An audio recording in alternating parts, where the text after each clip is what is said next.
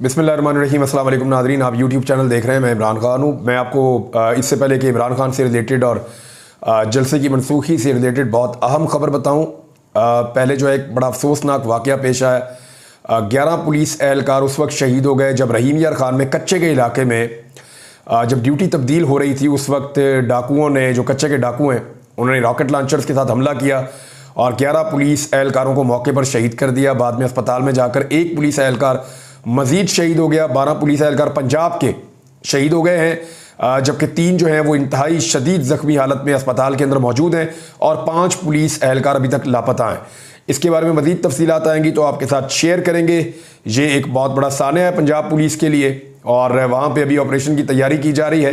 Let's see इसमें क्या होगा, डेवलपमेंट आपके साथ शेयर करेंगे। और मेरे ख्याल में पुलिस को उसके असल काम की तरफ लगाया जाए तो ऐसे वाक़यात से बचा जा सकता है। लेकिन ये वक्त है पुलिस के साथ खड़े होने का, ये वक्त है पुलिस का हौसला बढ़ाने का। अल्लाह ताला जो है वो ख़ानदानों को सब्र अता फरमाए जिनके प्यारे जो हैं वो शहीद हुए हैं। तो एक बात तो कंफर्म हो गई कि जलसा इमरान खान साहब ने ही मनसूख करने का कहा है। यानी जो जलसा मनसूख किया गया, ऐसा नहीं है कि जो अंदर लोग गए वो इमरान खान साहब को शायद मिले या नहीं मिले, इस किस्म के लोग शकूक का इजहार कर रहे थे। लेकिन ये बात कंफर्म होगी कि पाकिस्तान तहरीक इंसाफ का जलसा जो मनसूख हुआ है वो इमरान खान साहब के अहकामात की रोशनी में ही हुआ है। उन्होंने ही ये जलसा मनसूख किया है। अब इमरान खान साहब को जो मालूमात दी गई, उन मालूमात की बुनियाद पर इमरान खान साहब को ये बावर करवाया गया या बताया गया कि पाकिस्तान के हालात बहुत ख़राब हैं। इसके अंदर जो ख़त्म नबूवत वाला मामला उठा हुआ था, मुबारक सानी केस की जो नज़रसानी अपील लगी हुई थी, बहुत सारे मजहबी सियासी जमातों के लोग वहाँ मौजूद थे और वहाँ कोई भी नतीजा हो सकता था, खुदा न खास्ता सूरत हाल ख़राब हो सकती थी। तो इसमें भी कुछ खदशात थे। फिर पाकिस्तान तहरीक इंसाफ को जिस तरह रोका जा रहा था, गिरफ्तारियाँ हो रही थी, वो भी कुछ खदशात थे। तो जो चीज़ें इमरान खान साहब के सामने रखी गई उनमें खून रेजी का बताया गया कि खुदा न खास्ता खून रेजी हो जाएगी, हालात ख़राब हो जाएंगे और लॉ एंड ऑर्डर की बड़ी सिचुएशन बन जाएगी और कारकुनों को नुकसान भी हो सकता है और ये निज़ाम को भी नुकसान हो सकता है। तो इमरान खान साहब ने मना कर दिया, बादल न खास्ता, यानी खुशी से नहीं, अब मजबूरन इमरान खान साहब ने कहा ठीक है जलसा कैंसिल कर देते हैं। लेकिन 3 शराइत इमरान खान साहब ने रखी हैं। वो 3 शराइत क्या हैं जो इमरान खान साहब ने रखी?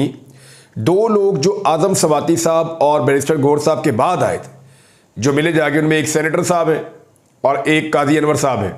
ये 2 लोग जो बाद में जाकर मिले थे, इनको इमरान खान साहब ने 3 बड़ी अहम शराइत पाकिस्तान तहरीक इंसाफ की बताई थी। इमरान खान साहब ने वो कौन सी 3 शराइत बताई ये मैं आपको बताता हूँ, लेकिन 2 कहानियां हैं जो अभी तक सामने आई हैं।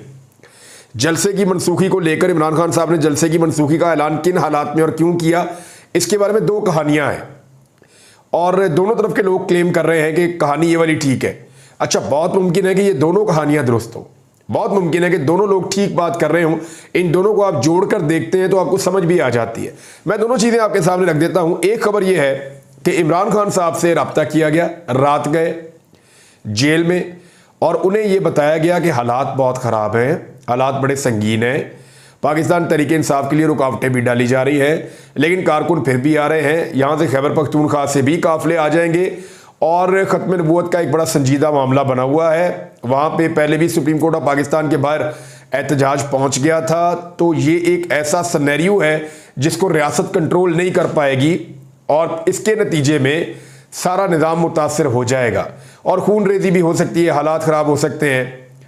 और ये भी इमरान खान साहब को दिमाग में उनके बात डाली गई कि अगर लड़ाई कहीं और हो गई, डी चौक में या सुप्रीम कोर्ट के बाहर, या वहाँ पे कोई नुकसान हो गया, तो पाकिस्तान तहरीक इंसाफ के कारकुनों पे इसलिए मलबा गिर सकता है या पाकिस्तान तहरीक इंसाफ पर इसलिए मलबा गिर सकता है कि क्योंकि सेम टाइम में उसी शहर में ये भी एहतजाज करने के लिए निकले हुए, मुजाहरा करने के लिए, जलसा करने के लिए निकले हुए।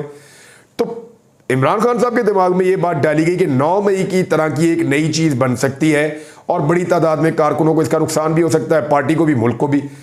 तो बादल न खास्ता इमरान खान साहब ने, ये पहली कहानी है जो मैं आपको बता रहा हूँ। इमरान खान साहब को कहा गया जी इसको रोकें। अब ये मिन्नत तरले वाला स्टेज है कि सर आप रोक सकते हैं, आप इसको रोक दें, कोई भी नहीं रुक रहा। तो फिर इमरान खान साहब ने पहली स्टोरी के मुताबिक ये कहा कि ठीक है बुलवाओ आज़म सवाती को। तो 2-3 ऑप्शन थी, तो उसमें आज़म सवाती साहब को इमरान खान साहब ने बुलवाया। तो आज़म सवाती साहब सुबह सुबह पहुंचे, लेकिन इमरान खान साहब से रियासत पाकिस्तान ने मुतालबा किया, गवर्नमेंट ने मुतालबा किया, रिक्वेस्ट की उनसे। उन्होंने कहा ठीक है बुलाओ आदम स्वाति साहब को। आदम स्वाति साहब को बुलाया और बुलाकर उन्होंने कहा जी नेक्स्ट डेट के ऊपर जलसा कर दें, जलसा भी मनसूख करना पड़ेगा।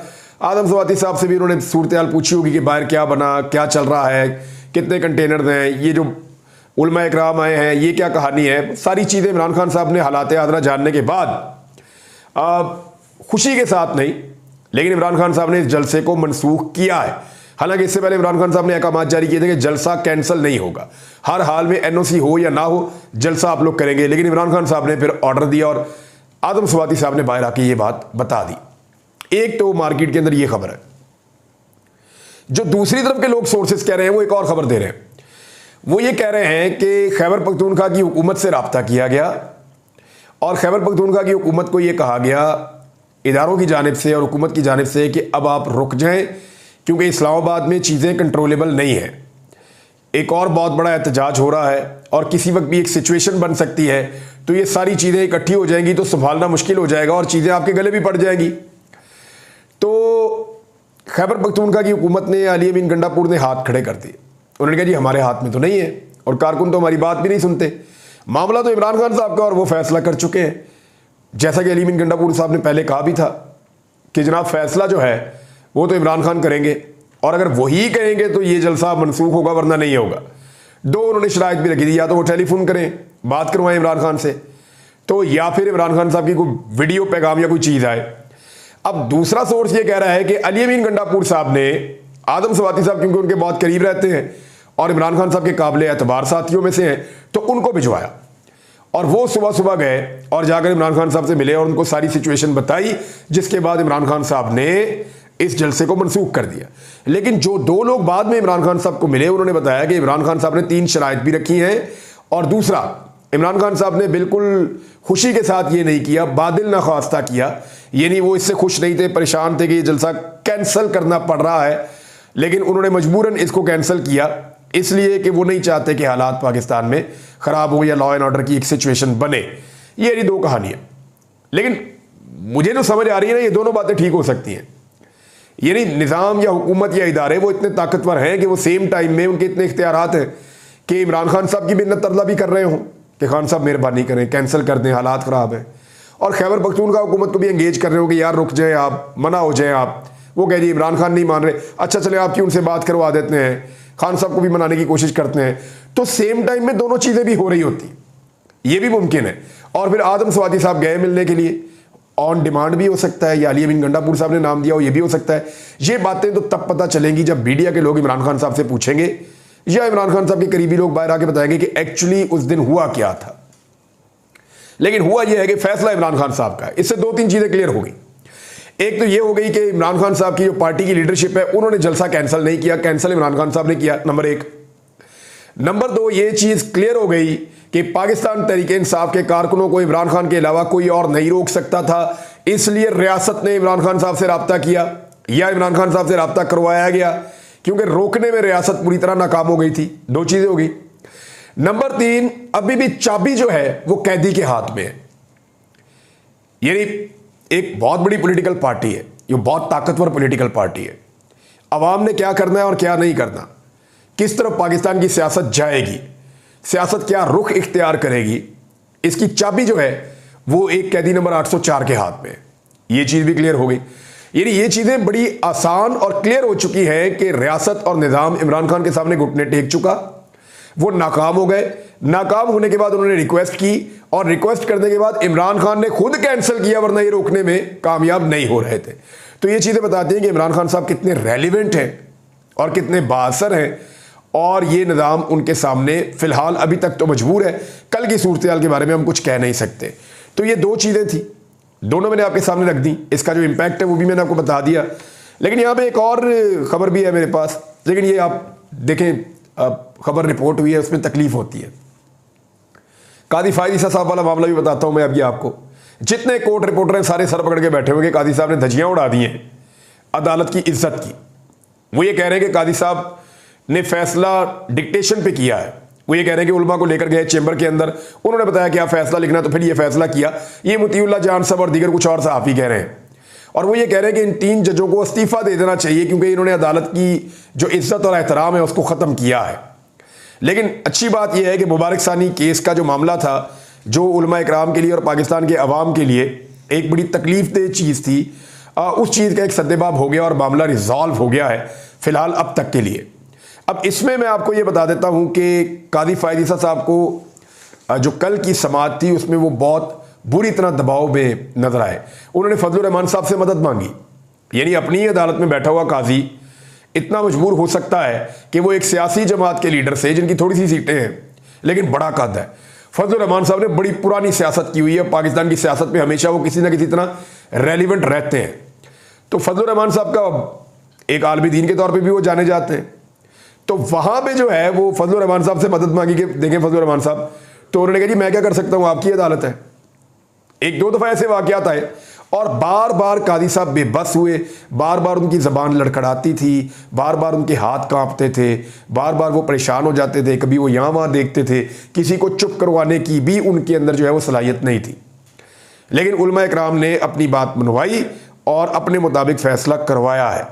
अब इसमें मैं आपको एक और चीज़ बताता हूँ कि मुफ्ती हनीफ कुरैशी साहब थे और उनका तल्ख जुमलों का तबादला भी हो गया कादी साहब से, यानी उन्होंने कहा, और वहाँ पे वैसे सरदार लतीफ़ खोसा साहब भी बड़ा अग्रेसिवली बोले। बहुत सारे रिपोर्टर कह रहे हैं हमें दुख हो रहा था कि वो शख्स जो इस अदालत के अंदर शेर की तरह बैठता था, वो, बल्कि कुछ लोगों ने बिल्ली कहा, कुछ लोगों ने कहा जी बिल्कुल ऐसे अदालत का वो लगा ही नहीं कि वो काजी है या वो शख्स है।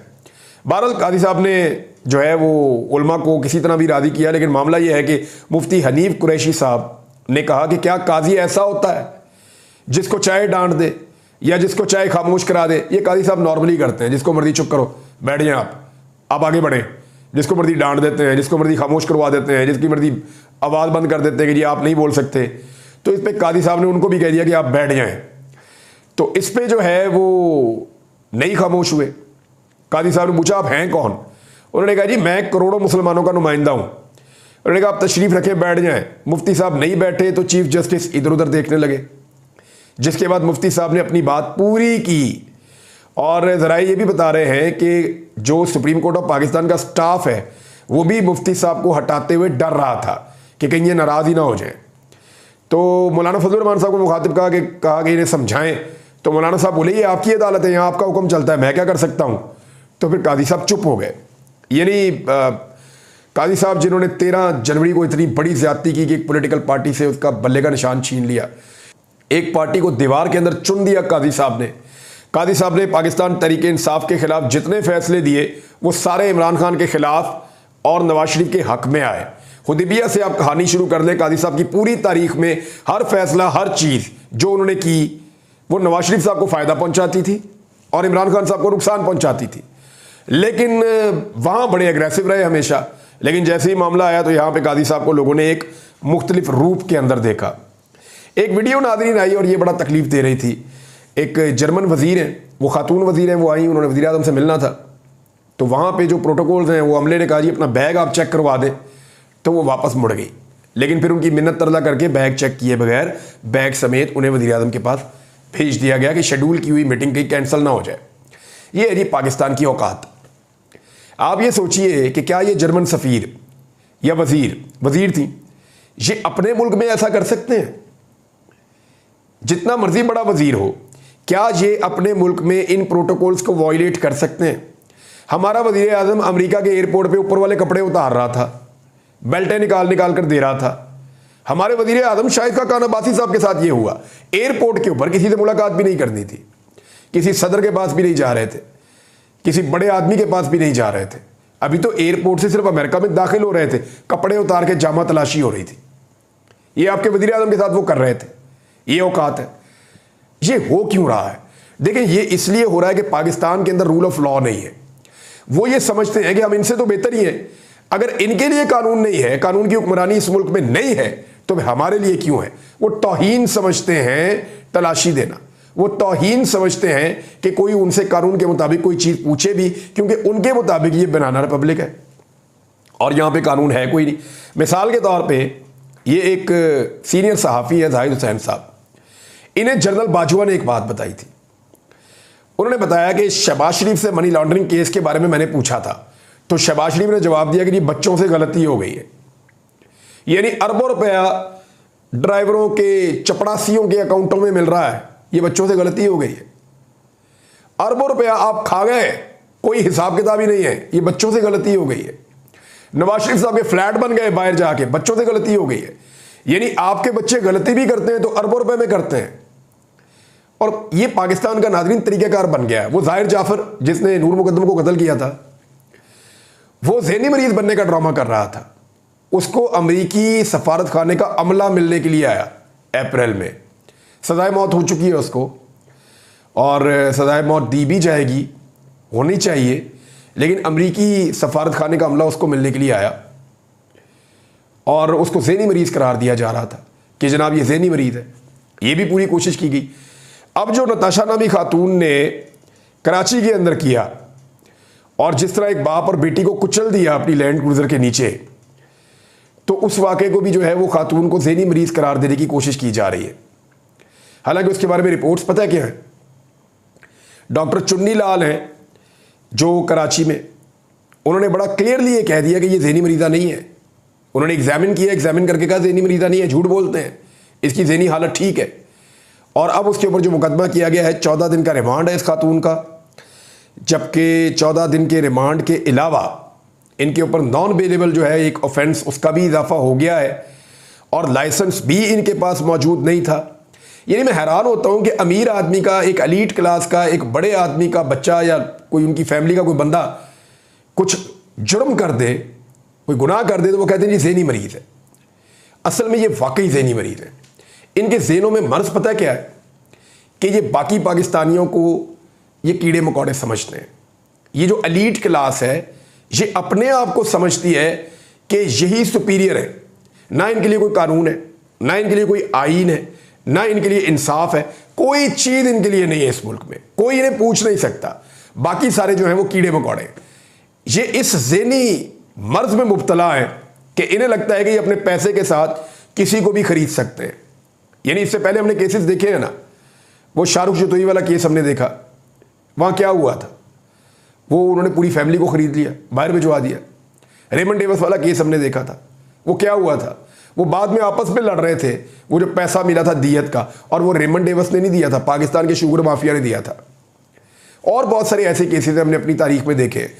लेकिन पाकिस्तान बनाना रिपब्लिक नहीं बन के रहना चाहिए। इस मुल्क में रूल ऑफ लॉ होगा तो जर्मन सफ़ीर जो है या वज़ीर जो है वो तलाशी देगी। जब रूल ऑफ लॉ नहीं होगा तो वो तलाशी नहीं देंगे। इमरान खान की 3 शर्तें कौन सी थी, मैंने शुरू में आपको बताया, तो वो मैं आपको बता देता हूँ। एक शर्त उनकी ये है कि अब जलसा कैंसिल नहीं होगा। ये जो वजूहात अब बताइए ये अब के लिए है, दोबारा नहीं हो, जलसा कैंसिल नहीं होगा। जो डेट आएगी उस पर जलसा होगा। 8 सितंबर पार्टी कह रही है। दूसरा उन्होंने कहा ये लाहौर का जलसा हर हाल में होगा, कैंसिल नहीं होगा। तीसरा इमरान खान साहब ने कहा कि मखसूस नशिस्तें बिल्कुल नहीं छोड़नी, उन पे किसी किस्म का कोई समझौता हम नहीं करेंगे। ये 3 शराइत है इमरान खान साहब की। अब तक इतने, अपना ख्याल रखिएगा, अपने चैनल का भी। अल्लाह हाफ़िज़।